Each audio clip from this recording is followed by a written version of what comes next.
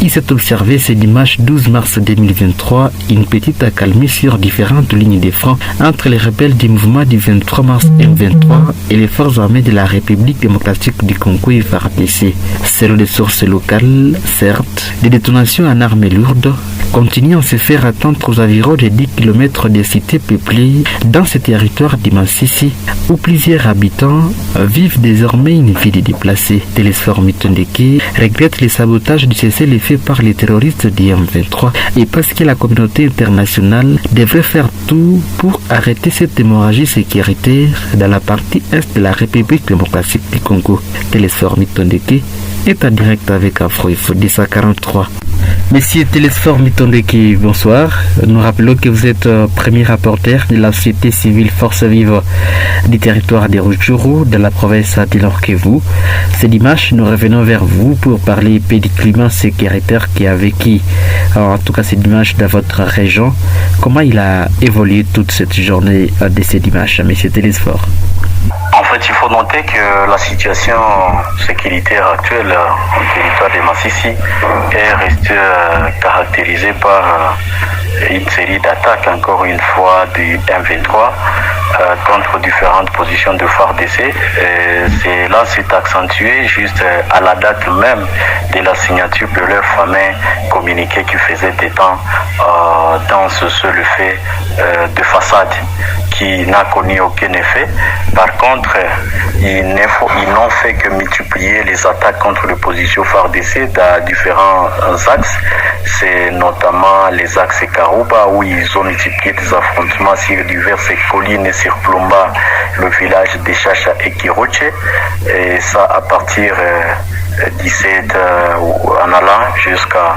Ils ont aussi largué d'autres attaques, exécuté d'autres attaques dans les groupements de Kamoronza, sur différentes collines de Malé et d'autres, de Malé, de Murambi et sur d'autres collines de Kamoronza. C'est donc... Ces affrontements se sont intensifiés à partir de la date même de la signature de leur fameux communiqué qui pourtant parlait d'une distraction de ce le fait, mais au lieu que ce soit un seul fait, ils ont activé ou réactivé le fait pour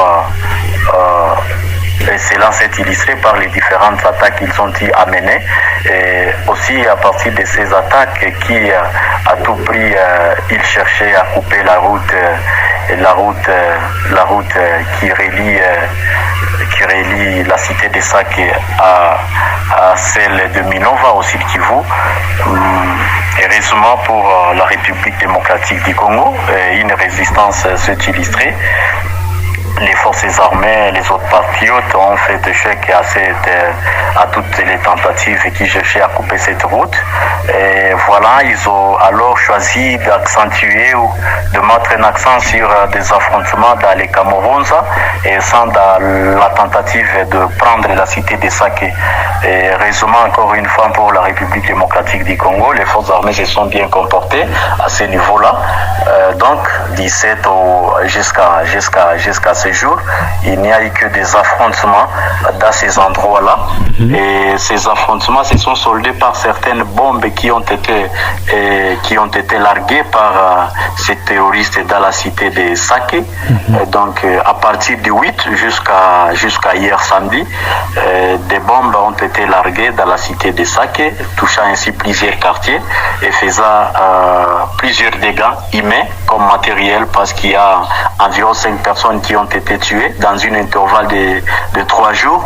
Il y a environ 13 personnes blessées par ces bombes qui ont été larguées dans les camps de déplacés de Sake, à Mobambiro et dans d'autres quartiers de la cité de Sake. Et donc voilà un peu la situation sécuritaire par rapport à la guerre d'agression dont nous sommes victimes. Donc il faut noter que les attaques se sont accentuées, se sont multipliées. Les tentatives du M23 pour récupérer d'autres localités importantes de Massis ont été encore une fois accentuées. ils ont croisé cette résistance-là de forces armées et de tous ces patriotes qui se sacrifient pour la République démocratique du Congo.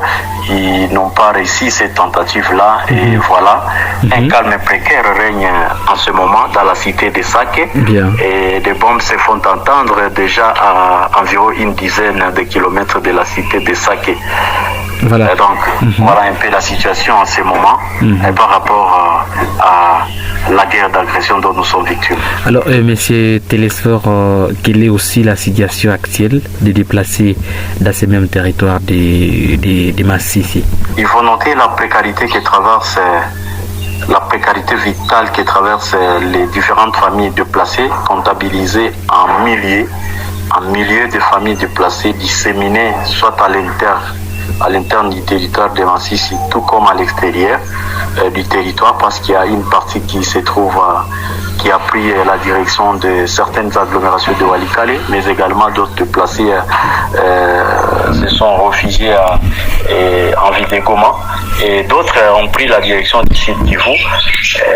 Tous ces déplacés sont en train de traverser des conditions humanitaires très délabrées, d'autant que depuis la prise de la cité de Kichanga, depuis que ces différentes familles se sont déplacées, aucune assistance ne leur a été déjà apportée, et ce qui illustre en tout cas une précarité à outrance sur le plan des conditions de vie, et toutes ces conditions sont en train d'amener plusieurs personnes à la mort, parce qu'il y a des personnes qui meurent de fait, des enfants très exposés et qui meurent de fait.